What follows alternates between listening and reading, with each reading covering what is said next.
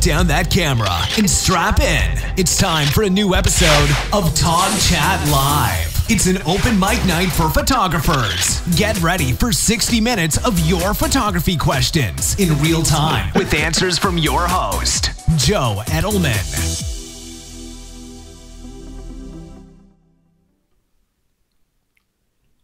Hey gang, how's everybody doing? Excuse me while I cough. Note to self, do not drink water while the intro's playing, okay?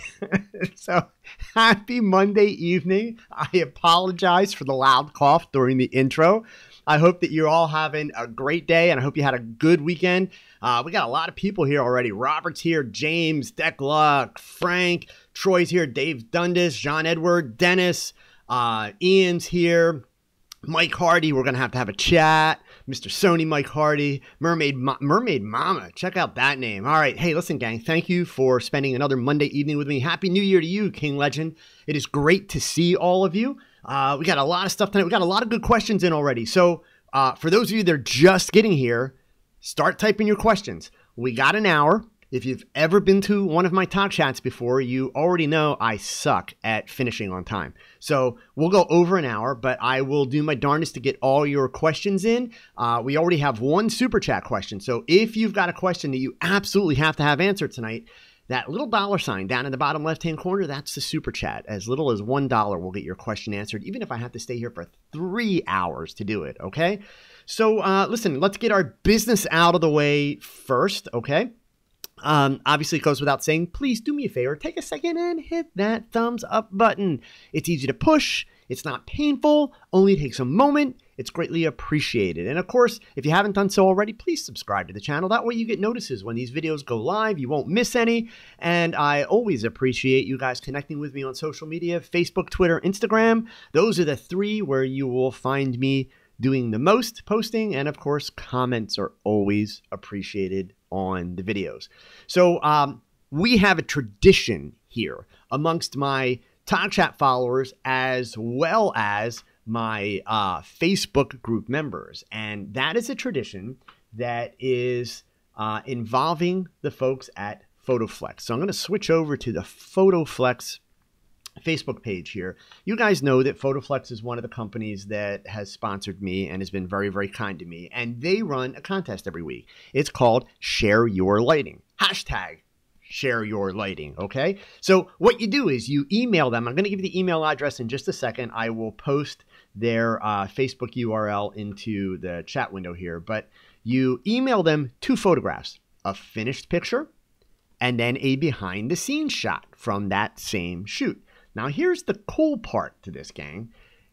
You don't have to use PhotoFlex gear. Tell me how many other companies would give you prizes without making you use their gear in the process. This is an opportunity for you to win PhotoFlex gear. So you email those 2 shots to tell us at promarkbrands.com. So remember, it's a finished picture and a behind-the-scenes picture showing your lighting setup. And you get points from me if you include background information, just like we do in my Facebook group. But this week, I can tell you that PhotoFlex is giving away a 12-foot Muslim background. You'll have your choice between either black or gray, whoever wins the contest. And I am proud to say that I have a pretty long string of my followers, both here on TogChat and in the Facebook group, winning this contest. In fact, here's last week's winner David, showing a behind-the-scenes shot that he was doing of this young lady in a gym, explaining how he did his lighting, etc. So I would love to see you guys win the prizes. And plus, just as a matter of habit, since a lot of you are following me, since you're just learning and you're trying to improve, make it a point when you start playing with lighting. I don't care if you're on location, if you're shooting in a studio, if you're shooting in your house, step back with a wide angle lens and do a wide angle shot or several wide angle shots of your setup.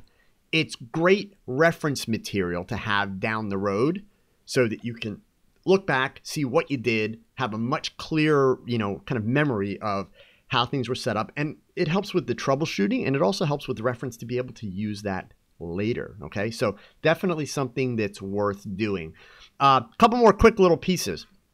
I have created a new page on my website that I want to tell you guys about, and I'm going to give you the link to it here. In fact, let me grab the link so that I can paste it into the chat window. one of the things that I'm working on this year for you guys is a lot of these companies that have King Legend. Thank you so much, man. I appreciate it. And Troy, I saw yours, and Ian, I saw yours. I got a bunch of super chats backed up here, but I'm going to get to you guys in a second. But I really, really appreciate the support. So a lot of these companies that I interact with throughout the course of the year, some of which, you know, are asking me, hey, would you try this out and show it in a video? Regardless, what I've been doing is I'm starting to get very aggressive with them and asking them to do one of two things. So we're going to have a mix of both as the year progresses.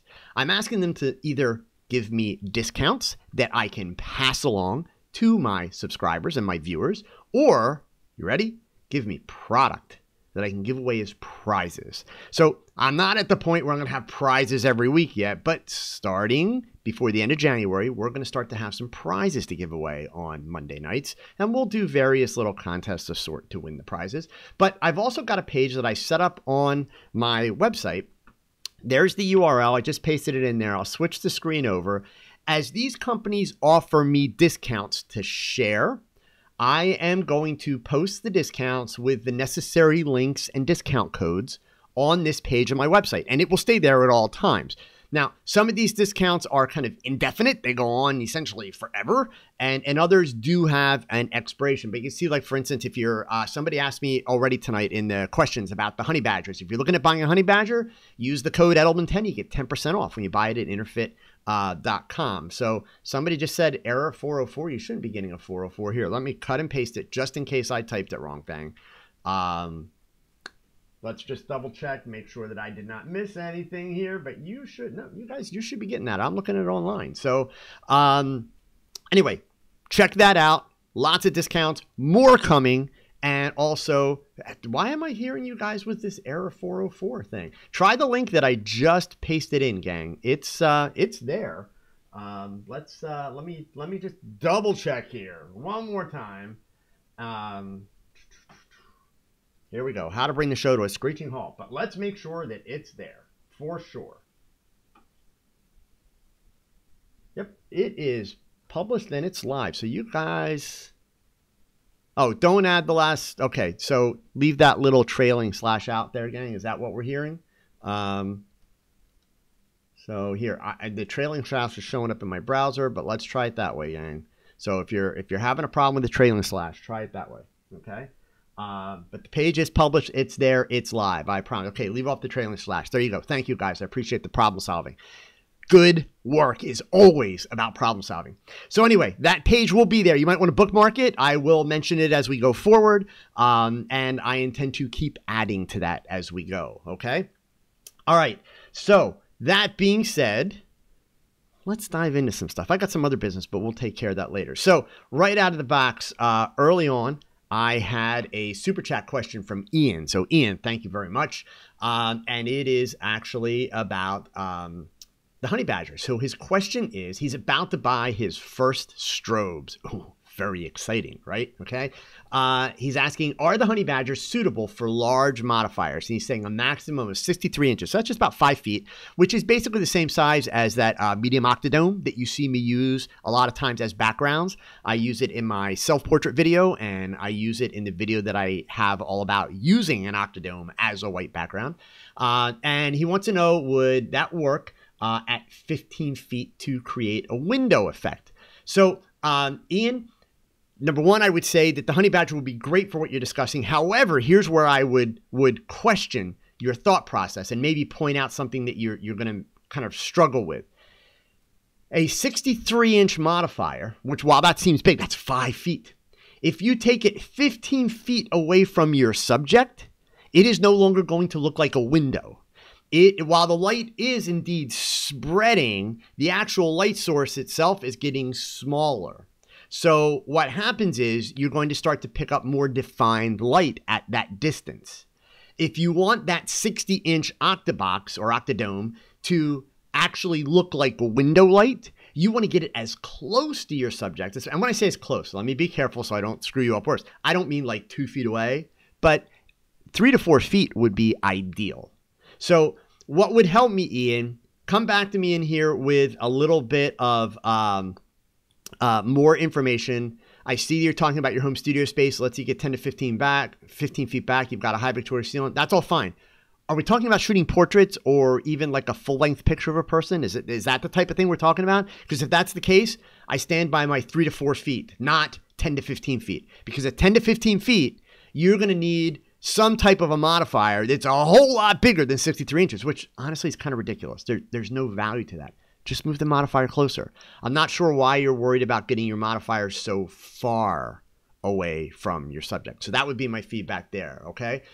Troy, thank you so much, man. I'm glad that you went to the event. Troy is one of my patrons, folks. And yeah, guys, Clint James, it's apparently something with a trailing slash. So just remove the trailing slash. Everything's fine. The link's there. It works. It was my bad. The last time I posted it in, that will get you there. Promise. So no issues with the link. Troy is one of my patrons, and he had the opportunity to attend a burlesque event last week. So we were kind of encouraging him and helping him out and going ahead and, you know, kind of giving him some tips. And he's also got a question posted in here about that. So Troy, I will get to your question in a few minutes. So also one other thing before I dive in any further, I wanted to get to Ian's question right away. Next weekend, if any of you are going to Imaging USA, in fact, if you're going to Imaging USA, do me a favor and type it in here that you're going to Imaging USA. Let me know. But I'm going to be there in Nashville anytime I have an excuse to go to Nashville, Vegas, New Orleans, Miami, places like that. Anytime. You name it, I'm there. Love those places. So anyway, Imaging USA, which is sponsored by PPA, the Professional Photographers of America, that will be happening in Nashville next weekend. Starts on Sunday, and it runs Sunday, Monday, Tuesday. It's the only one of the big photography events in the United States that runs on that kind of a schedule, and that's primarily, actually, I take that back. WPPI does too. Sorry. The portrait ones, which is WPPI and Imaging, they do that because most portrait photographers and wedding photographers, they take Sundays and Mondays off, sometimes Mondays and Tuesdays off, because frequently they're shooting weddings and or portraits on the weekend. So anyway, that will be coming up next weekend. But next Sunday, if you're going to be there in Nashville at Imaging USA, I will be presenting. So I hope to see you 12:30 and 2:30 at the Olympus booth. I will be doing a talk titled Fashion Portraits with Simple Lighting. And it's going to be kind of fun. Basically, I'm going to work with speed lights. So, and Olympus has been very gracious. They are going to let me do some DIY things. Simple DIY things. So this is only a 40-minute presentation. So these are really quick. And I'm going to try and get 2 or 3 setups in during that time. But I am going to be crazy enough to walk in to a photo trade show where everybody is selling really cool modifiers and all kind of lighting gear. And I'm going to use a pasta box and some other really simple stuff for modifiers to do some fashion portraiture. And we're going to do that in real time. So you'll get to see me walk you through it, why I'm doing it, how I'm doing it, why I'm choosing my settings, why I'm doing everything, and then also actually shooting it. And you'll see the results real time. I'll be tethered. The images will show up on 2 big 80-inch television screens that sit up above the stage. And I'll be photographing. I can't tell you the name yet, but I can tell you she's a celebrity. So if you're going to be in Nashville, make sure you're there. David asked just the question here, will this presentation be recorded for viewing later on for those of us that can't be there? I hope to. So if all goes well, the answer is yes. I don't want to promise that yet, but my goal is to be able to do that. It is the folks at, so just to be clear, the folks at Olympus have told me that I can, which is great. Okay. So it's really a matter of if I'm going to be able to get things set up in a way that I can create a decent video that's actually kind of worth watching in that regard. If not, don't worry. The techniques that I'm going to show in this video, or excuse me, in this presentation, you will also see in videos that I'm going to be doing over the next couple of months. Okay, so one way or another, I promise you, you'll get the information out of me. But provided that I am able to set a camera up in a space that will not be kind of in the way, and I am planning on traveling with audio equipment so that I can, run a separate audio track. So I'll actually be wearing 2 microphones. I'll have their headset microphone on. I'll have a wireless lav on that I can record into a pocket recorder so that we get decent audio, the whole bit. So as long as I can get everything worked out, it will be recorded. And I do have permission from Olympus to be able to do it. The challenge is anytime you go out and you do the talks for different organizations, obviously they're paying you to do the talk. So, we always have to get permission, to be able to show it later. And it's, completely reasonable if they don't want it being shown, because then in theory that discourages people from actually coming to the event and paying to, attend the event. But Olympus has been great about it. They said, sure. So that is my plan, but I hate promising it just in case we get there and we find out that the circumstances, the problem with those trade shows, they're really, really noisy, like really noisy. And while Olympus's booth is huge, the booths get really full. So I've got to be, very cautious in terms of, having tripods set up and all that kind of stuff. So I'm going to do my best to work it out. The good part of it is I will have Saturday afternoon before the show even opens. We'll be there and I'll be doing a dress rehearsal of my talk and everything. So I'll have time to kind of do the problem solving to see where I can get a camera rigged. So I'm going to do my best to make that happen. Okay. All right. So that being said, some other questions. So since Troy gave me a super chat here, let me make sure that I get to Troy's question that he had earlier on. So Troy's in the process of editing his pictures that he did at the burlesque show last Friday night. And his question for me was, what factors do you use when culling, especially when you're down to the last few? So some of you actually may struggle with that word culling. So let's be clear here. Frequently, I hear people say, oh, I'm editing my pictures. And what they're actually doing is they're actually culling. So culling is the process. It's the proper word for looking through 100 frames, 1,000 frames, and saying, I like this one, I like that one, I hate this one, oh, delete that one, it's out of focus, I love this one, I think I like that one. That's culling. It's narrowing it down to the ones that you want to edit.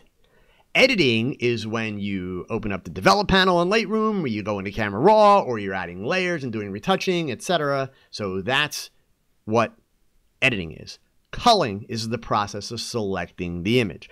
So obviously it varies depending on what you're shooting. So, for a portrait, even, like today. So I did a shoot today. If you follow me on Instagram, you saw some behind the scenes shots go up from the shoot that I was doing today, actually where we were using the pasta box and doing some other kind of really crazy lighting stuff.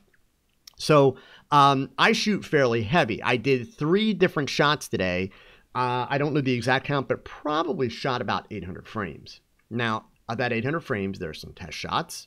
And then for each of the 3 shots that I did, there are some variations, as I'm kind of working the shot out and experimenting a little bit, doing the work your shot, as I explained it. But for the most part, you don't have a ton of variation in a scenario like that. So really, I can cull very quickly because I'm going through and I'm looking for the subtle changes. Might be, eyes being a little bit bigger, smile being a little bit more natural, whatever. So it's actually really, really easy to look through in that regard. But I'm literally, in the case of a portrait, I'm kind of letting the picture speak back to me. And I hate to sound artsy fartsy, but that's really what it is. It's like, it's like, how do I want to see that subject?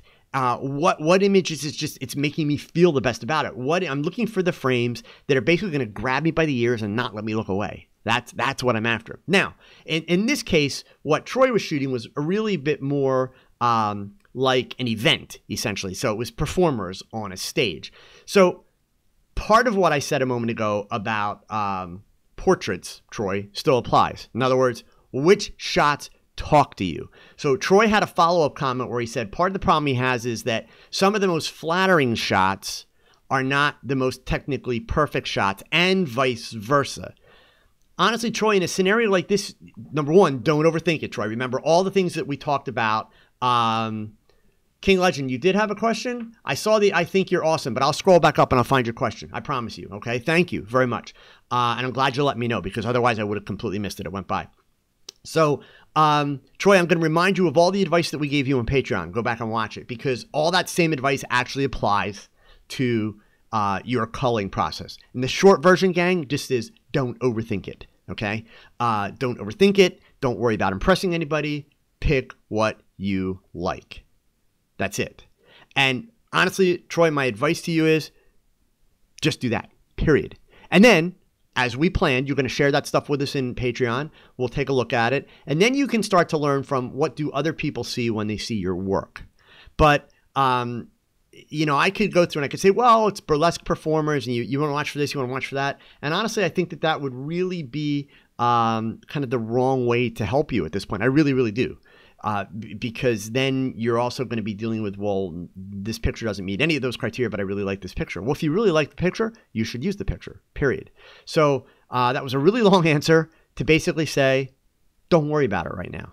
Pick what you like, go with what you like, period. Will Santiago in the Facebook group, is it okay to post product photography or only need to be portraits? I'm sorry, Will.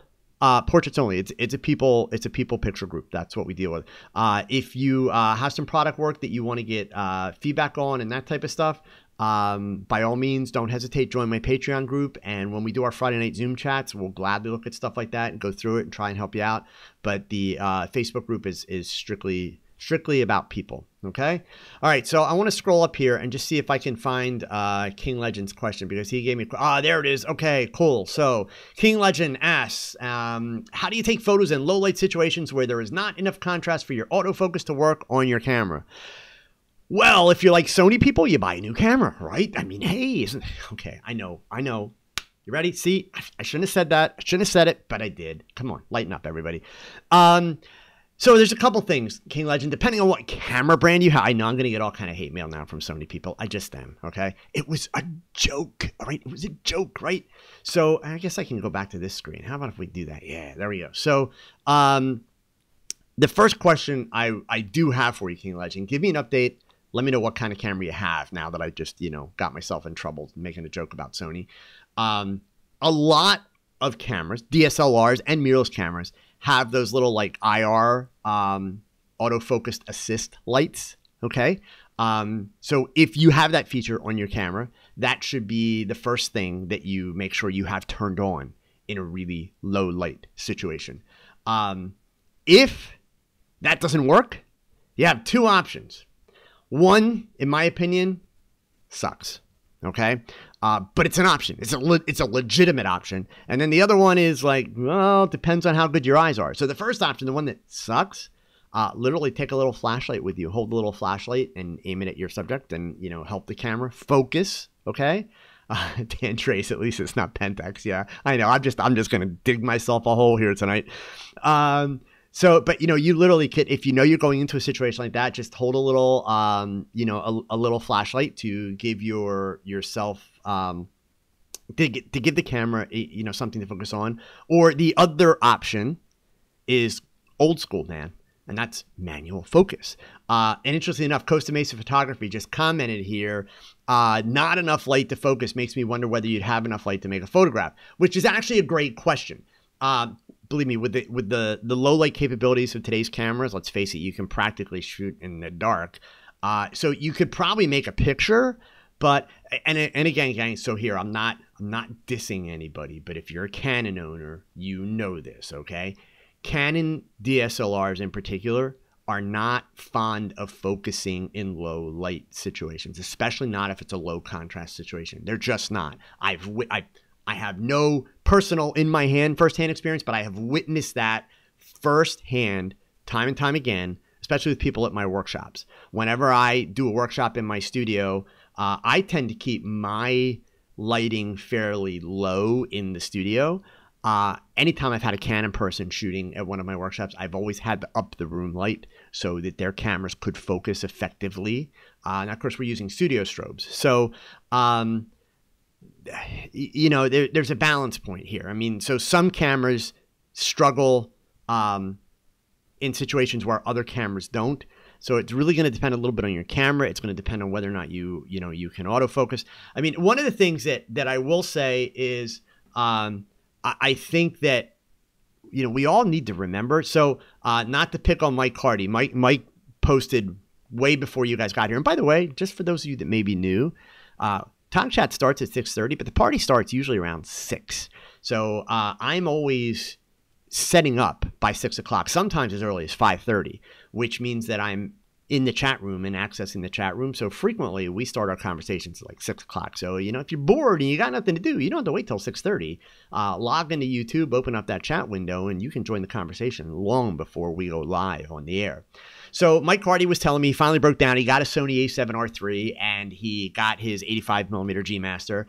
And I was, you know, kind of picking at him about, well, is it going to make his pictures better? So he came back and he told me what he really loves about the a7R III in his case for him. Okay. So please, we're not turning this into a camera debate. It's really a conversation about solving problems, and it's about low light focusing, right? Okay. So what he loves is the eye focus features, which my Olympus, I'll tell you straight up, the eye focus on the Olympus, freaking amazing. I haven't compared it to the Sony, so I'm not going to get into a debate about which is better, but I will say that it is incredible. However, and Mike, this is a warning, the camera is still a machine. Be careful. When I do my lectures, and I mentioned this in some of my videos, I use the line just kind of for fun. Auto, 4 letters, A-U-T-O. Auto is the 4-letter word for forget about it, because it's really easy to forget about important things when you're using auto. Now, I'm at a point in my life where I need autofocus. Manual focusing for me is painful. Okay. Certainly, you know, I could use, you know, the focusing stripes. Since I'm mirrorless, I can use the stripes. I can do all that stuff, but it's still slow. So I like autofocus. I love the speed of the eye autofocus. But one thing that I can say confidently, and today was a perfect example, you know, when I'm using that eye autofocus, I am still paying attention on every single frame and every single preview that pops up. And every time I look at my computer screen to check the tethered files, I am making sure that I am hitting on that eye. I am not just sitting back and saying the camera's amazing, the camera's going to nail it. While the camera does nail it 99.9% of the time, it's still a machine. Don't ever forget about that. Okay? So, I hope that helps, but that would be my recommendation. Okay. All right, so let's dive into some more questions here. Katie Rogers, if I could go back in time, is there anything I would have done differently in learning photography? Wow. Yeah, Katie, actually there is. I think what I would have done differently, if I could go back in time, is I would have paid more attention to the science. A lot more attention to the science. I went at photography, and I don't regret it, and I'm still very proud of what I accomplished, but I went at photography really kind of just from a practical standpoint, like doing it, making it work. The things that I teach, you know, screwing things up, learning from it, solving problems, etc. I learned a lot of the really technical stuff down the road after I had been involved with photography for a lot of years. Now, in my defense, and again, this is just the why. In my defense, part of the reason why I wound up doing that, when I got into photography, the only learning resources, unless you could find a mentor, which I was fortunate enough to find mentors pretty early in my career, but the only other learning resources were books at the library. So remember, we're talking like dark ages. So that meant go to the library with a library card, find the book, which was always like the size of a Bible, and really, really small print, really ugly black and white pictures that were taken in the 50s and 60s, and then check the book out, carry it home, and you had 2 weeks to go through the book, and then you had to take it back. So these books were painful. They were simply painful. And you didn't, we didn't have the Google YouTube thing that you have now. So it's a lot easier to learn those details now, and I highly recommend it. And that's why, that's part of the reason why I am so tough on people about inverse square law, about understanding depth of field, more so than the idea that depth of field is a blurry background. Because if that's your version of depth of field, you have no freaking clue what you're missing out on. Like, you really don't. Any of you, okay? There's so much more to depth of field. So I think that would be the biggest thing that I would change in that regard is just to really get more involved with the actual science behind it and a lot of the really kind of nitty-gritty technical stuff. I don't think it would have been what I enjoyed the most. It's still not what I enjoy the most today, but it's information that is extremely, extremely valuable in the sense that it provides a better understanding. Don't learn it for the sake of learning rules and then getting stuck in a rut where it's called rules. No. Learn it, and don't learn it to break the rules either. People always say, well, you have to learn the rules to break them. That's the biggest bunch of BS ever. So I'm sorry if I've insulted anyone there, but you don't have to learn rules to break rules. No, this is not driving laws, okay? No. So it's simply like, look, what do you want to accomplish visually? This is a creative process. So don't tell me what the rules are in the first place. So I don't care about rules of thirds and all that kind of stuff, but I do care about rules of physics, because rules of physics I can't break. But what I can do is I can use those rules creatively. I can use those rules to my advantage, or I can let those rules completely destroy what I'm doing. So that's why that stuff's important. That's what I would do, going back. Okay. So, all right. So we got a whole gear, like I'm clearly lit up the gear talks tonight. So, Richard Mendoza, not a camera question, but hopefully I'll get an answer. I love the shirts you wear in all your videos, especially the gray one. Please tell me where you get them. Here's the bad news, Richard. The brand name is called Roar, R-O-A-R. Can't get them anymore. If you go to Amazon and search for them in Amazon, you'll find some that are discontinued and on clearance. The company almost went out of business about 2 years ago. They basically fell off the face of the earth. In fact, their website disappeared for about a year. And then when they came back, and I think their website's still online. I think it's roarusa.com. They sell T-shirts now. That's what they sell. They don't make these anymore, which really is a bummer because I love them. I have a ton of them, but yeah, I haven't found a new kind of shirt yet. I'm gonna have to do that sometime. So, all right, let's keep scrolling up here. So, Albie, what's the biggest difference on how you manage your personal photos versus your work photos? No big difference. I do it all exactly the same way. It's the same filing system, same process. They're just in a different bucket.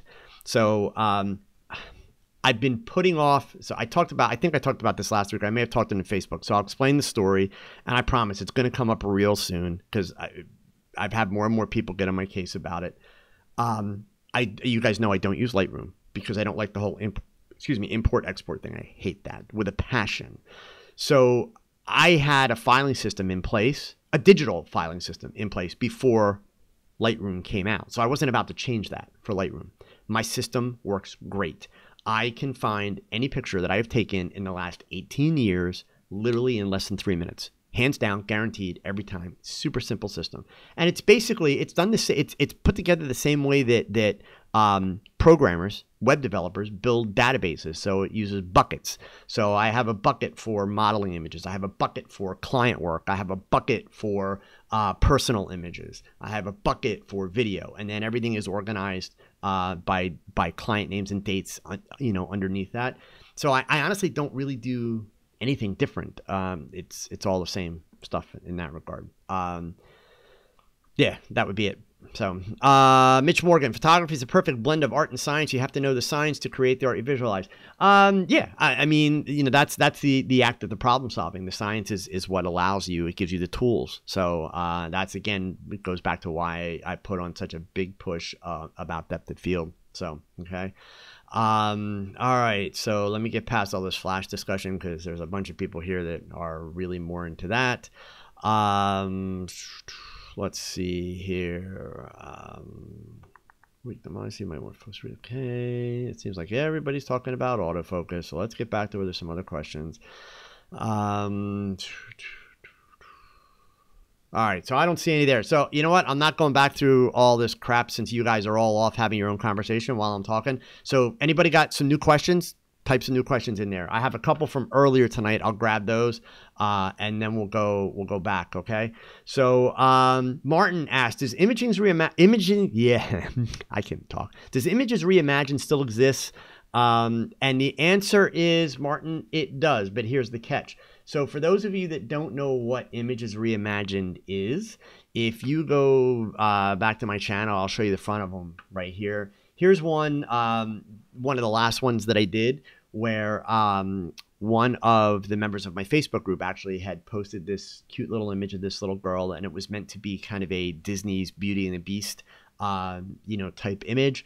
And so I asked her if she would be willing to share the raw file with me and let me reprocess the image. So I kind of took the image a step further and made it a little bit more like the actual movie poster for the movie Beauty and the Beast.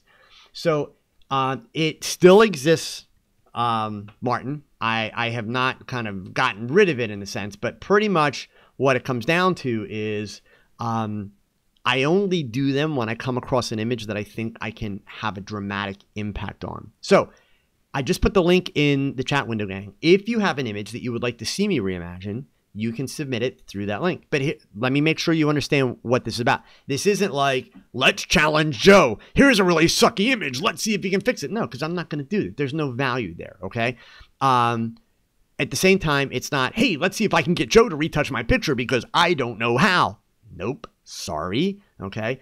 When you submit your pictures, you're going to submit your finished image as well as your raw image. If I can make an improvement on it and teach a Photoshop lesson in the process, I will do that. So if you visit my YouTube channel, there is a playlist of these Images Reimagined videos that you guys can go and you can see quite a few of them. And I basically walk you through the step-by-step of how I process the image and why I made the choices that I did compared to the original shooter. And it's not about my version being better. In fact, there's a couple of them. Most people would argue mine's not better, but mine is different. And that's really the idea. So, Andre, when you do an event, what is your setting for your flash and your camera? So, Andre, I'm gonna do a Tony Northrup here. This will be my really weak Tony Northrup impression, but don't ask me settings. It's not good to ask me settings, okay? Like, let me teach you something, Andre. Asking a question like that is going to get you an answer or answers that will just screw you up. So, out of respect, gang, please don't answer Andre's question. And I'm not saying this to be mean. I'm going to give you some background, Andre, but you can't ask a question like that. Because here's the problem. When you say, when you do an event, well, and you want to know what are my settings for my flash and my camera, well, what is that event? Is it a football game outside at night? Is it a basketball game inside in a gym? Is it a cocktail party where you're standing 3 feet away from people? If it's a cocktail party where you're standing 3 feet away from people, how tall is the ceiling? Is the ceiling 8 feet? Is the ceiling 20 feet? Is there no ceiling? What kind of light is in the room? Is it tungsten light? Is it daylight light? Is it fluorescent light? What colors are the walls? All of these things, Andre, impact how I'm going to make my settings. They impact how I'm going to use my flash. Because depending on all of those things that I listed, from a football game to a basketball game, to a cocktail party, to somebody giving a speech, to a high school graduation, whatever, every one of those things could change the way that I use the flash. Sometimes I may have to use it direct. Other times I may use it bounced. Other times I may use it off-camera direct. Other times I may use it off-camera bounced. Sometimes I may bounce it against the wall. Sometimes against a ceiling. Sometimes against a fill card. So all of those things are going to have an impact on the question. So, can I tell you the camera settings? No. And it is the dumbest question to ask. I will support Tony Northrup there. It is the worst / dumbest question to ever ask somebody, what were your settings? Because unless you were going to go take the exact same picture in the exact same location at the same time of day, with the same lens, the same camera, the same distance, the same everything, those settings are pointless. Okay? So, Andre, give me a real situation. And obviously you already know after that little dissertation, you got to give me like serious information. So if you've got something coming up, then paint me as clear a picture as you can. Give me enough information that I can imagine the setting, that I can imagine exactly what I'd be walking into, and then I can tell you what you need to be thinking about, okay? But to ask a question like that, you're going to get a lot of opinions, and they're all just going to screw you up. Because everybody's going to give you opinion based on what they do in their situation, and that's not necessarily going to help you, okay? All right, and I want to make sure you don't get a bad answer. So I'll gladly try and help you out. Give me more detail, all right? Rush shots. Do I find myself shooting closer to f4 and 5.6 in the studio with my Olympus? I find that's a sweet spot for most of my lenses for sharpness and gives me plenty of depth of field. Yeah, 5.6 is kind of my new go-to aperture. Now, completely admittedly, I'm still a little bit up and down on the scale, just in the sense that if I can't, like I did today, I know I did one of my shots at f8 today. It looks fine, But I realized after, it's like, I could have done that at 5.6. And that literally was just because I made a change in the middle of the workflow. And, I'm still trying to deprogram from full frame and reprogram from Micro Four Thirds. So I did the shot at F8. So it's not like, I ruined it. It's fine. But 5.6 is kind of my target spot now for the Micro Four Thirds. It does make a difference. Rush shots, you also be glad to know I literally, the 75 millimeter f1.8 arrived in the middle of my shoot today. So it did get used for two of the shots. Okay. So Dave Steckler, here's another one of these things, man. So come on, guys. Like, this is going to be a big thing for me this year. You guys are going to get sick and tired of me hearing this. So Dave Steckler asks, I'm sorry, Dave, but man, I got to help you out here. Okay. Went to a local camera store. I was talking with the guy about the Honey Badger lights, and he said they were good, but eventually they will not be enough power. Can I comment on this? Sure, I can comment on this. The guy's an idiot. Quote me. Go back and tell him Joe Edelman said he's an idiot. Or Dave, you're an idiot. So here's the obvious question, man. Enough power for what? Gee, so what the heck are you trying to photograph? You want me to comment on it, but what am I commenting on? Well, enough power for what? Are we going to try and light up the Capitol building at night with one strobe? What are we doing? So, and it sounds to me like what this guy did is he gave you an opinion. Opinions are like a-holes. Everybody's got one, right? So what good is an opinion? It's not. Give me facts. So, Dave, if you tell me what you want to photograph, now I can tell you what the ramifications are of that 320 watt second Honey Badger and what it's going to do for you and what it's not going to do for you, right? So that's my comment. You guys got to give me, I'll help. I will jump through hoops to help you. But one of the things I don't ever want you guys to do is don't take me for my word. I'm going to give you information that you can go out and put to practice. But you can't just ask people for, open-ended questions like that. You just can't. Okay. Rough shots. Looking forward to the comparison. At some point. Yeah. So, and I'll be honest with you. I shot with it today. I did not have an opportunity to actually really look closely at the images yet. Like nothing. I walked out of the studio. It's been snowing here. So, I helped the model and makeup artists clean off their cars, ate dinner, and sat down here. So, I haven't had a chance to really, dig into them yet. So, Dave, give me more information, man, and I'll give you the feedback you're looking for. Okay. Because it's actually what you want to know is a good question an easy question to answer, but you got to give me context. Okay. Got to give me context. And especially if you did not give that sales guy context, if you just said, hey, what do you think about the Honey Badgers? And that's the answer he gave you. That's a BS answer. It's a total BS answer. If you told him exactly what kind of photography you want to do today and what you think you want to do 3 years from now, and he said it's not going to be enough, then we can have a conversation that I can comment on. Okay. So, let's see. Marcos, one question you forgot in the video consultation. In your opinion, what does a photographer need to make a substantial leap in his career? Wow. I don't know that I can answer that, Marcos. I mean, I think the key, for success period as a photographer, believe it or not, it's nothing that you guys would think that I would say. I think the key to being successful as a photographer, and since we're talking about a career, so let's be clear, this is not a photographer person that takes pictures. He's asking about photographer person who takes pictures and gets paid, right? So, I think the key to success in the get paid scenario, passion. Straight up passion. Because the minute, and you guys have heard me talk about this many times, the minute you make that decision to get paid, that's when you officially kind of become stupid. We all do. Me too. Because the rules change. Now it's not about what do you like, what do you think? It's about a client and getting people to hand you money, right? So you have to be passionate about this stuff. This has to be stuff that you just, you can't live without it. Because otherwise, it immediately becomes really hard work. And that's no fun. So, love what you do, be passionate about what you do, and you'll never work a day in your life. Somebody famous said that once. It wasn't me. But I thoroughly believe that. So that would be my answer. So, Let's see, Roderick. I would argue the camera sensors will only get better, more sensitive, which would eventually render the honey badger too powerful.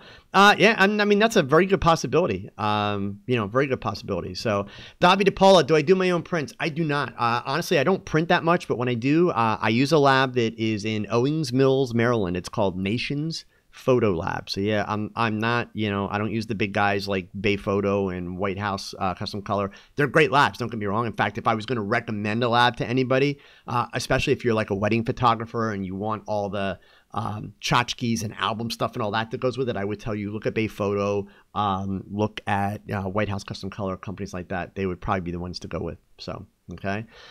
So, let's see, Katie, I'm not sure if you covered this in another video that I haven't seen, but what's my opinion on listing prices online? Oh, Katie, I've talked about this many, many, many times. So the short answer is don't put your prices online. Stupid. Capital letters, billboard size, stupid. There are people that disagree with me, but I will gladly have that debate with them any day. And forget the debate. There's tons and tons and tons and tons of data that proves me right, okay? So yeah, Katie, go back and watch the TogChats or some of the older TogChats about marketing. Or for that matter, watch my videos about websites for photographers. If you watch my video series, it's 4 videos. Video number 3 or 4 is websites for photographers, and I go in great depth about putting your prices on your website and why you should not. And I talk about the fact that there's only one exception as to when you would do that. And even then, we're gonna cheat if at all possible. Nate, man, Owings Mills is a nightmare to drive through. Yeah, trust me, I don't drive there, man. That's what FedEx is for. Okay, so let's see here. Scrolling back up. I know that I missed some other stuff. King Legend, at what part in your career did you know you made it as a photographer and started upping your prices because you knew your worth? So let's be clear. I still don't think I've made it as a photographer. I mean, part of what has allowed me to survive as a photographer for all of these years is I'm never satisfied with what I can do. I've talked about this many, many times. So this is not a modesty thing. This is like just keeping it real. I am not the best photographer on YouTube. I'm certainly not the best photographer in the world. I'm a guy who's managed to do photography for his entire life and pay his bills. That's it. So what I share, and that's where, all the stuff that you guys hear from me comes from my experience in photography. Not saying I'm the best, because I'm not. So, in terms of like making it, I don't know that I ever made it. In terms of upping my prices, true story. I actually learned that lesson when I was 15 years old. My mother was a receptionist for an ophthalmologist, an eye doctor, okay? And they were building a new office. They literally had purchased, it was a group of doctors, and they had purchased an old supermarket building, and they were having it completely renovated. And they decided that they would like to get pictures of the renovation, like as it was happening. So, they knew that I took pictures through my mother, and that they literally really formal. They made an appointment for me to come in and meet with them. So, 15 years old, I go in and I sit down and meet with them. And they said, look, we'd like you to come in like every week, maybe like every Monday, and do some pictures that show the progress. And then when it's done, we want some nice pictures of the outside with the landscape we're going to do and all that stuff.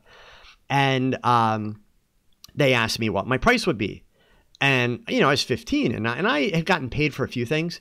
But I started out, and it's because my mom worked for them. I was trying to be polite. And I said, oh, you don't have to pay me. I'll do it for them. And the doctor, the head doctor, the big guy, he looked at me. He's like, no, that's not acceptable. He said, don't you ever do that again. I'm like, what do you mean? Like, I thought, oh, my God, I've offended the guy. And he's like, no. He's like, we're asking you to work. We're making money. We're doctors. We make money. You need to get paid for what you do. And I said, okay. So, and I don't remember what I quoted him, but I quoted him some ridiculously cheap price. I kind of figured it's like, well, and it wasn't even about being afraid of like, am I asking too much? It was not knowing what I'm worth. And it was just, kind of being put on the spot. And so, I asked the guy like, for a number, which again was really cheap. And he's like, no, he's like, this is what we're going to pay you. And when he told me the number, like, I remember I just darn near fell out of the chair. But he's like, you need to understand that if you're going to do work for people, if people ask you to do work for them, there is value in what you do. Your time is valuable, etc. And he sat down with me, and he spent about an hour with me just kind of talking about the concept and the whys, and really kind of just relating things to me that I could understand, that, like, you know, made it clear, like, look, you've got to be one to ask. And one of the most important lessons that he taught me was the idea that, you know, there will be plenty of times where you will tell someone your price and they will look at you like you're crazy.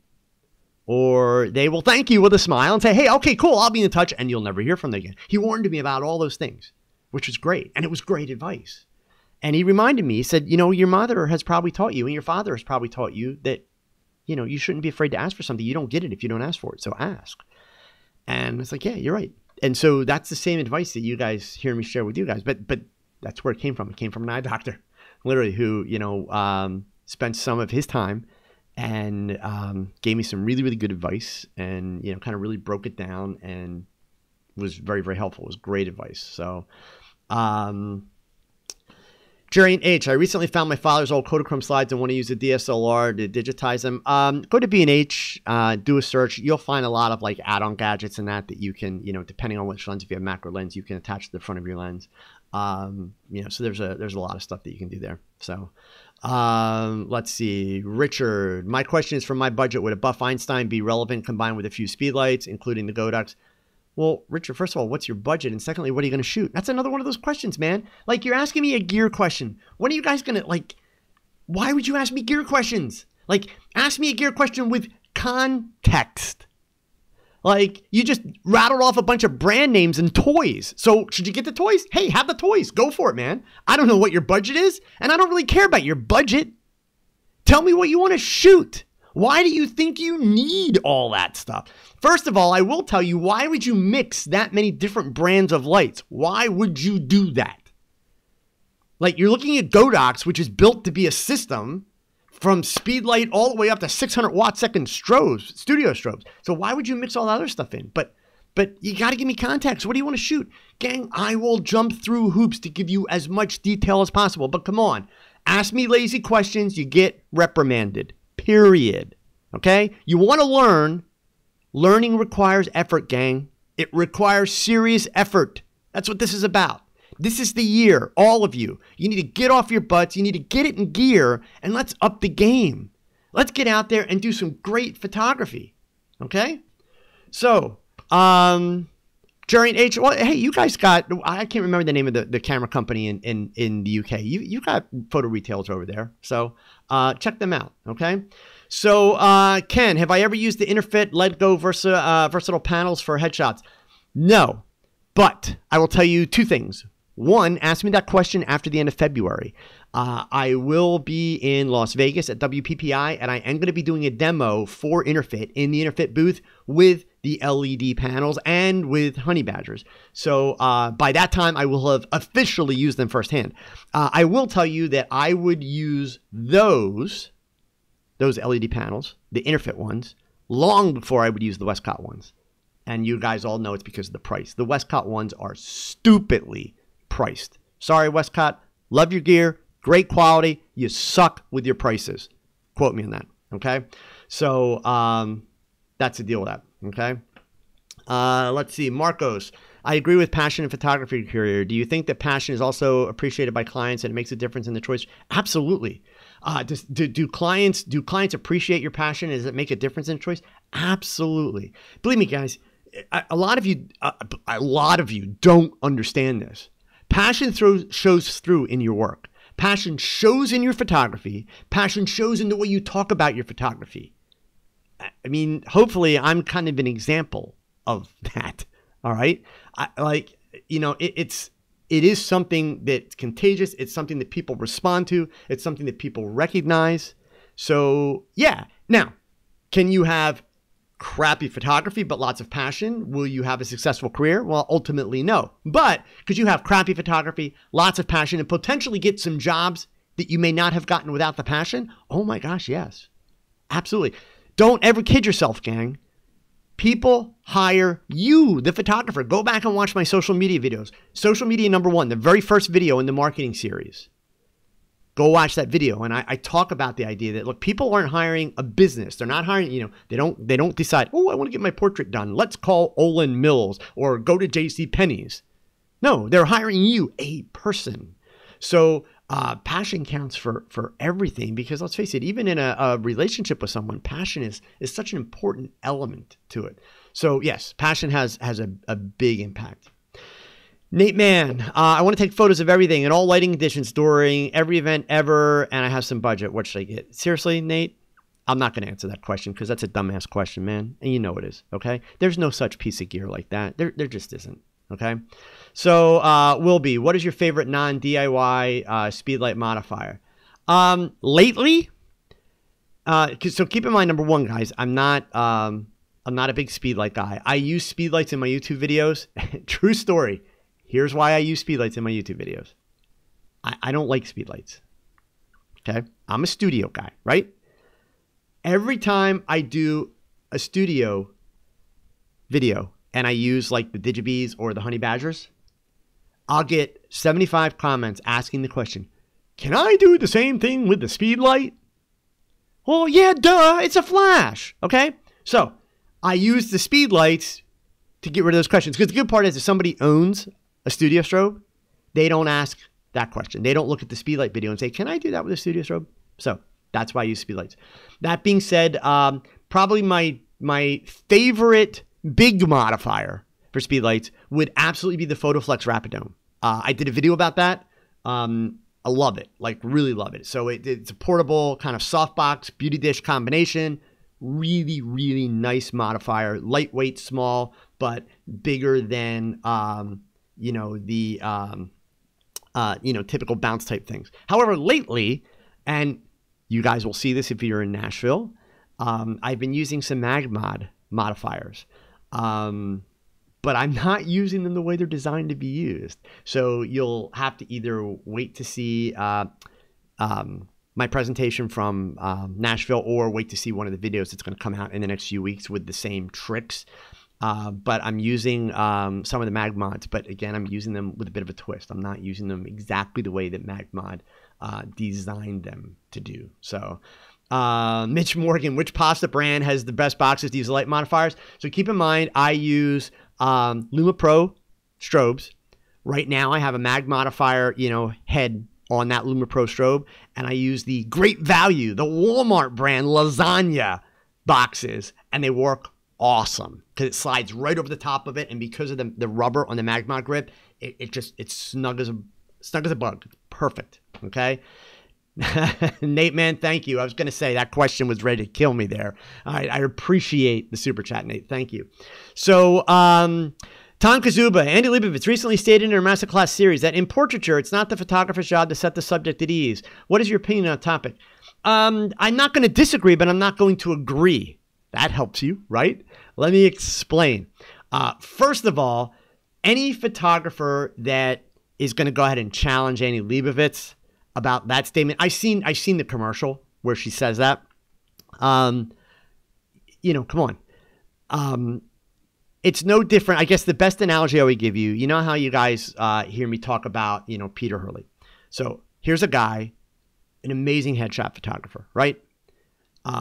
We could argue that he's more personality than he is photography.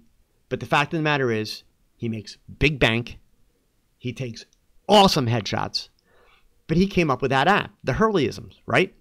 And, I've talked several times about how I think it would be ridiculous for me or any of you to go get the Hurleyisms app and try and be Peter Hurley because you're going to sound like an idiot doing it, okay? So the fact of the matter is, for anybody to try and do exactly what Andy Leibovitz does is just going to look stupid. So understand this. Look at Andy Leibovitz's portraits. And now that I said that, I'm going to put the word portraits in air quotes. Andy Leibovitz does not do traditional portraits, gang. She does portraits most of the time for editorial purposes. Some of the time for advertising. So we're going to take all the advertising ones off the table, like her Disney pictures that she did, right? And which weren't really portraits. They were Disney characters. So most of her portraits, though, throughout her career have been for editorial purposes. So the idea of not putting the subject at ease and getting them, a little bit off balance and getting them to let their guard down, makes complete sense. If somebody comes to you and hires you and says, hey, will you do a portrait for me because I need a picture so I look good? Then we could totally argue that it is your job to put them at ease. So I think what you have to remember when you hear photographers talk like this, gang, it's no different than I'm giving people a hard time about asking such open-ended questions that they're getting bad answers, right? It's kind of the same thing. What Annie Leibovitz is saying makes complete sense if you're doing the kind of portraiture that Annie Leibovitz does.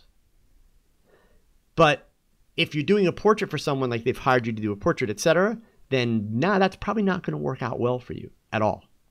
It's just not. Okay? No different than all the things that Peter Hurley does, which are great for actors who understand the idea of creating a character that when you say squinch, they are able to get their heads wrapped around that and not make it look stupid. If you do that to the average person, they're going to look like a moron, period. And you're just going to confuse them anyway. So again, it's kind of all about context is what you have to look at here. Okay. So Keith Johnson, she also says it's not about the gear. And she has but she has a $60,000 camera because she can. And number two, I hate to tell you, I'll bet you money that Annie Leibovitz doesn't own that camera because there's no reason for her to own a camera. Most of the people with the $60,000 cameras don't own them, guys. They rent them. They hire a digital tech that comes with the camera, with the digital cart, everything. And even if she does, she's doing really, really high-end work. So it's not about the gear. I assure you, before you guys want to trash Annie Leibovitz, let's get it really clear here because I've seen her take a lot of grief online about this masterclass, and I've paid little attention to it. I've seen the ad, but I've seen a lot of people just going off on Annie Leibovitz. Look, here's the take on the Annie Leibovitz thing. When you can put together a portfolio and a career that mirrors or equals what she's done, then by all means, you throw shade. In the meantime, up yours. Like, really, come on. So get off her case because you all I wish I had 1/10 the career that she has. But the fact of the matter is, Annie Leibovitz doesn't need that $60,000 camera. Okay? Go back and look at the beginning of Annie Leibovitz's career. Look at Annie Leibovitz's most famous images. They weren't done with a $60,000 camera. They were done with a 35mm SLR in film. Okay? So trust me, she can hang. She can do the job. She's at a point in her life now where the clients that she's working for are demanding that high resolution from those cameras. And so, that's where it comes from. But there's been, and Keith, I'm not saying that you're throwing shade on her, but bottom line is a lot of people are out there trying to throw shade on Annie Leibovitz. It's like, oh my God. It's like, look, we've talked about this before. Being a great photographer doesn't make you a great teacher. Being a great teacher doesn't make you a great photographer. The fact of the matter is, Annie Leibovitz, I would like to meet the photographer who would not love to be able to do what she does. Come on, let's face it, right? So all these people that are throwing shade in that, kind of ridiculous. So anyway, what else do we got here? Let's see. Davi DePaula, do I do other types of photography for fun, like nature, street, or fine art? I actually do a lot of fine art nudes. Oh, well, let me rephrase that. Do I do a lot? That would be kind of like my fun thing when I have time. I haven't shot a fine art nude in probably about 6 months. Okay, but I've got projects that I worked on there. I photograph my grandson a lot now, and that's a mix. For the longest while, that was strictly iPhone pictures. But now that I've got the Olympuses, I pretty much every weekend when I go see him, one of the Olympus cameras goes along. So I'm using that a lot more and having a lot more fun with that. But beyond that, I don't have that much time.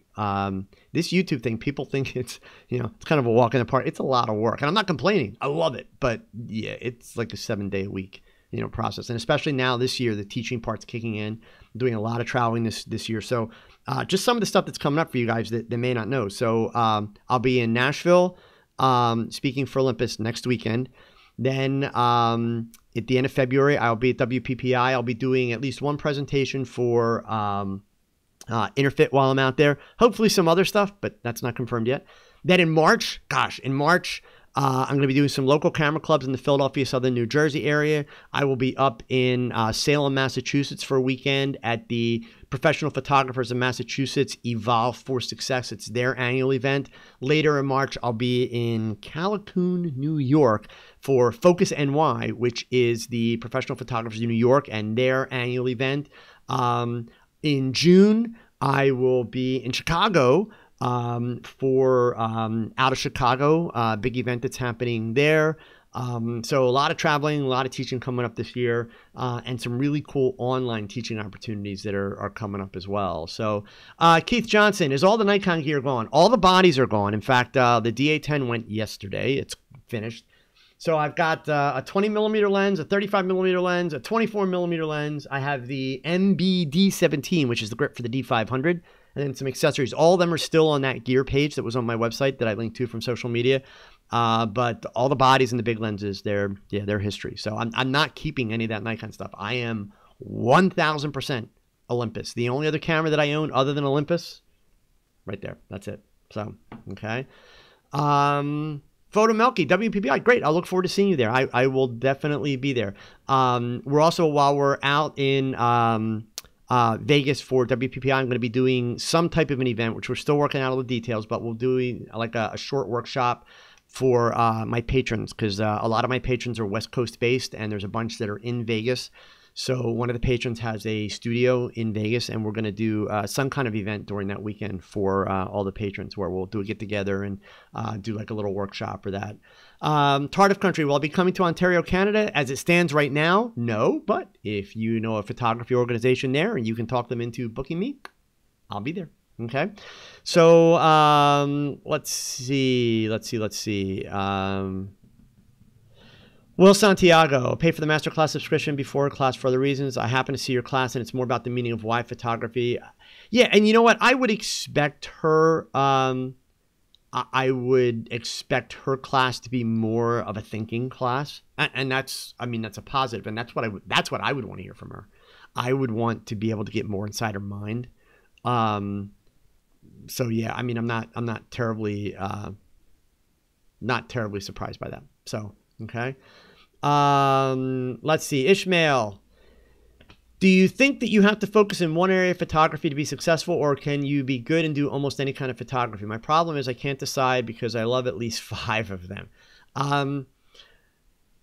You know, there's always exceptions, Ishmael, but a good rule of thumb from a business standpoint, and to answer that question, I would encourage you, before I give you my answer, I would encourage you, instead of asking someone else the question, ask yourself the question. Here's what I mean. Put yourself in a position of somebody that wants to hire a photographer. Or better yet, you have a broken water pipe in your house. Do you want to hire a master plumber? Or do you want to hire a handyman that does electric and roofing and siding and plumbing and all those things? Which would you feel more confident? Especially, like, let's say you had a problem with your heater or your air conditioning. Who would you feel more confident having fix it? The handyman, who's a jack of all trades and probably a master of none of them, or the specialist who specializes in heating and HVAC, right? So same with photography. You know, there are some people that are not particularly discerning that, oh, he's a photographer. Okay, cool. Can you photograph my car? Whatever. And then there are other people that are like, you know, hey, I'm getting married. It's the most important day of my life. And this guy's got a lot of really nice flower pictures. But I just don't know how that translates into being a great wedding photographer. So you do have to be really, really careful about the concept of, you know, being a jack of all trades, master of none. So yeah, I would, you know, kind of put that out as a warning there. So Robert, are you still using GH4 for your YouTube videos? Half and half. You've already seen some videos shot with the Olympus, and you'll be seeing more videos shot with the Olympus. So H&A Family Photos, do you think you would do an outdoor group lesson at a park in the PA area to teach how to use natural light? Yeah, in fact, I've done that. H&A, I don't know where you are in the PA area, but I've actually done that exact workshop for the Lehigh Valley Camera Club. We've done it here in Allentown at the Cedar Beach Park. It worked out great. It was a really good, you know, really good program. Everybody seemed to really enjoy it. So yeah, you should definitely, you know, you should definitely contact me about that through the website if you're interested in having an organization do it.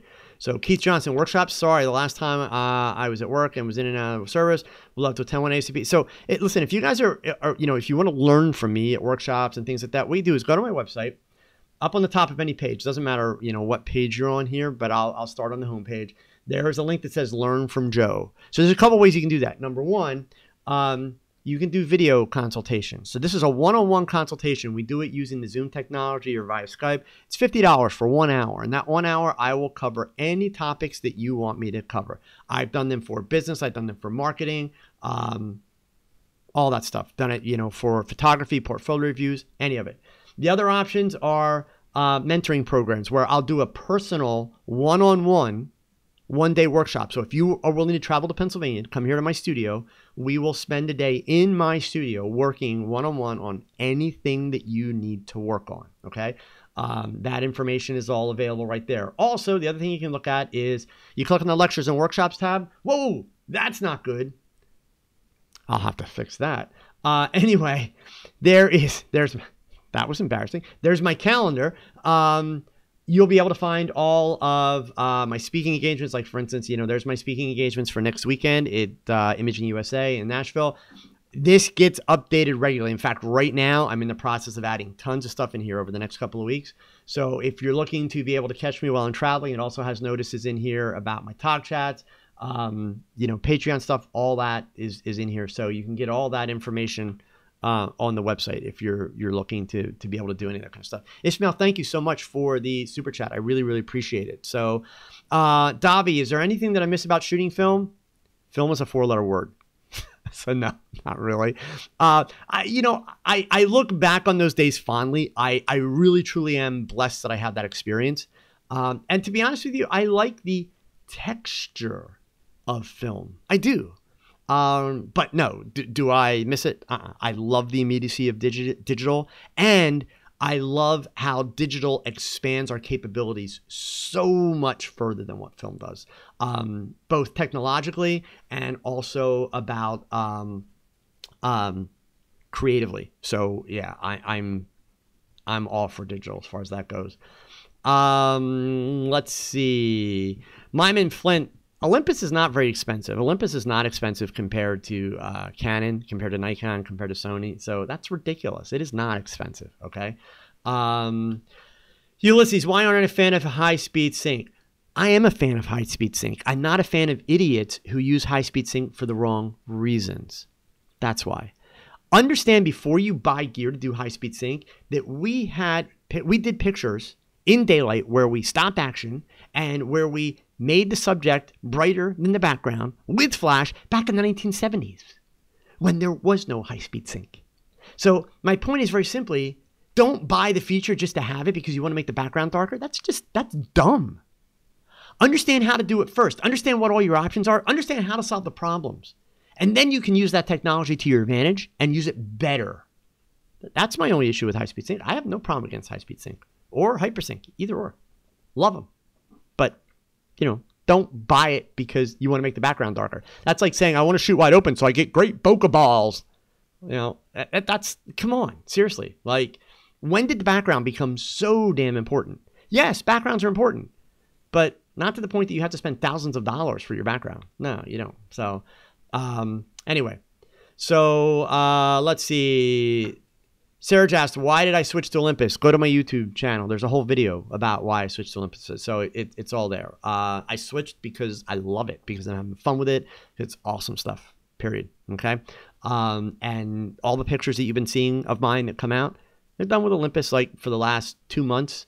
They're every bit as good as what I was doing with my Nikons. Haven't missed a step. I have no problem with them. Okay. At the end of the day, if you understand photography, you understand the capability of your cameras, you understand how to manipulate light and all that kind of stuff, it's not an issue. It's just simply not. So, you know, you guys forget, I did photography back in the film days where we didn't have the kind of sensitivity for film or for digital sensors that we have now. And I still took pictures. I still got images. I still get great images. I get images that I won awards for. So, you know, again, photography is about problem solving. All this automatic stuff is wonderful. But if you really want to get the most out of all that automatic, which you're paying more money for, if you want to get the most out of it, you're going to learn how it works without it. Because then you can really maximize its potential. So, you know, I don't really, I don't have a problem with it. So, Troy Hall, at Joe Edelman. James had a question way back. So, let's see. Troy, he asked me to ask as he's not showing up. James Brown, what's the best way to do a custom white balance when shooting in a dark room and using on-camera flash? Depends on what camera you have, James. I'd need to know the camera and all that stuff. And then I would ask why you need to do a custom white balance. If you're using on-camera flash, especially if it's direct flash, why do you need to do a custom white balance? So I have no idea what that would be about. Myman Flint, I don't know really what that's about, but we're going to remove that comment. So I don't know who's doing a live, but don't come into my chat window and promote somebody else's live. Seriously, take a hike, okay? So let's see here. What else is there? There were a couple other questions. We'll get in just a couple more here. Will B had a question early on. What are your thoughts on the 500 pixel website for photo sharing to get your pictures out there? And I asked him to come back and give me a little bit more detail because that's, again, kind of one of those generic questions. He said he wants to get input from other photographers and see what's being done in his area of interest. So will be, and this is going to sound snarky. It's not meant to be snarky. Why the hell would you want input from other photographers? Just going to be honest. I've been talking about this a lot lately, so I don't know if this is the first TogChat that you've been to, but I actually am very, very grateful that I learned photography before there was an internet. Literally. Because I didn't have that pressure of, oh, I took pictures today, show it to the world. Okay? I simply didn't. So my photography had an audience of one. I had to learn to evaluate my work constructively, honestly, with myself, and push myself, and drive myself, instead of constantly trying to compare myself to somebody else. So I would encourage you, don't get input from other photographers, because you see what's happening. You see all the really poorly worded questions that we're getting tonight and all the opinions that go with it. Man, we opened up that whole thing about tech and gear before, about autofocus and incomes, all these opinions. Half of those opinions were completely worthless and pointless. Why? Because they were lacking the context from the person that was giving the opinion. So why would you want to go online and ask for a bunch of opinions? Honestly, I think that's ridiculous, okay? As far as seeing what's being done in your area of interest, yeah, you can do that on 500 pixels. You'll see beautiful imagery, absolutely beautiful imagery. So I love 500 pixels in a sense that there's great imagery there. But in terms of getting input from other photographers, highly overrated, gang. I'm not trying to sound arrogant. I'm saying, look, all of you, excuse my phrasing here, but grow a pair. Look at your own work and push. Because I'm sorry, it's problematic. If you can't look at your photography and then look at somebody else's photography and say, what could I do better? Then how the hell do you look at an object and say, let me find a creative way to photograph this? I mean, photography, success in photography, it's about the details, gang. Nobody can teach you details. Nobody can teach you how to see details, to recognize details. It's like the idea when you take a picture and there's hair out of place, or a twisted necklace, or a strap that's twisted, or a bad shadow. Nobody can teach you to see that. Only you can teach you to see that. And the only way you learn to see it is by giving a damn. By making sure that you actually take the time to review your work and put it in your visual database so that the next time you see the twisted strap or the twisted necklace or the messed up collar or the hair out of place, you recognize it and you stop. You don't keep shooting and you fix it. But nobody can teach you how to see that. You have to care. You have to work at that. It's easier for some people than it is for others. So if it's not easy for you, you got to work harder. But, to get input from other, photography, Mitch Morgan, yet another reason I love Joe Edelman. Hey, I'm sorry, guys, but I call it like it is. Like, I don't know why you would want input from other photographers. I really don't, okay? In fact, Marcos is here. Marcos did a consultation with me the other day about his website, and he asked me to kind of review his work. And he'll tell you my review of his work actually didn't review his photography. What I reviewed was the way he presented his work. I avoided reviewing his photography because that's not going to help him. In one part, because he photographs dancers. So he's in a very specialized area of dance, which means he probably knows more about that area of dance or that area of photography than I do. Okay. So I was able to, help him by looking at his presentation. But really, gang, the way you improve Steve Trotter, a professional versus the lazy photographer. And it is really that, part of the problem we have, and I'll go ahead and sound like the old fart, the internet really does. It's creating a generation of very lazy photographers because you guys want to just be able to watch a YouTube video and go out and be a superstar photographer. Well, I promise you, there are a lot of photographers out there today making really good money that love the fact that so many of you spend your entire week on YouTube instead of spending your entire week taking pictures. I promise you, those photographers love it because it's less competition for them, okay? They're out there doing the job. They're out there getting it done. They're out there pushing themselves. They have drive. They're taking the chances. They're taking the risks. They're getting someplace. In other words, it's real. They're not watching a video and dreaming about it. And then they watch so many videos and they get so much information in their head. And they're experts. Why? Because every time a question comes up, they're typing in a chat window or on Facebook or on Reddit or wherever, I've got the right answer. But then they pick up a camera and go out to take pictures and they're overwhelmed. They can't do it. And literally they wind up standing there. They could be shooting the side of a barn and not be able to take a decent picture because they're overwhelmed with information. They've got no actual experience. You want to be photographers, get out there. And hey, John Grawl, you just made a compelling argument to stop watching your channel. John, where have you been, man? I've been telling people stop watching my channel. You find me another YouTube photographer that will tell you. So, John, you've clearly never heard me say this. So I'll say it now because I'm going to sign off in a minute. And I've been saying it at the end of all these talk chats. If you have been here watching me tonight, you are now 80 minutes into this talk chat. So that is 80 minutes you spent listening to some guy spout off on YouTube. If you're going to come back again and watch one of my talk chats or watch one of my videos, I am begging you, if you enjoyed what you heard tonight or learned, before you watch another Joe Edelman video, spend 160 minutes with a camera in your hand.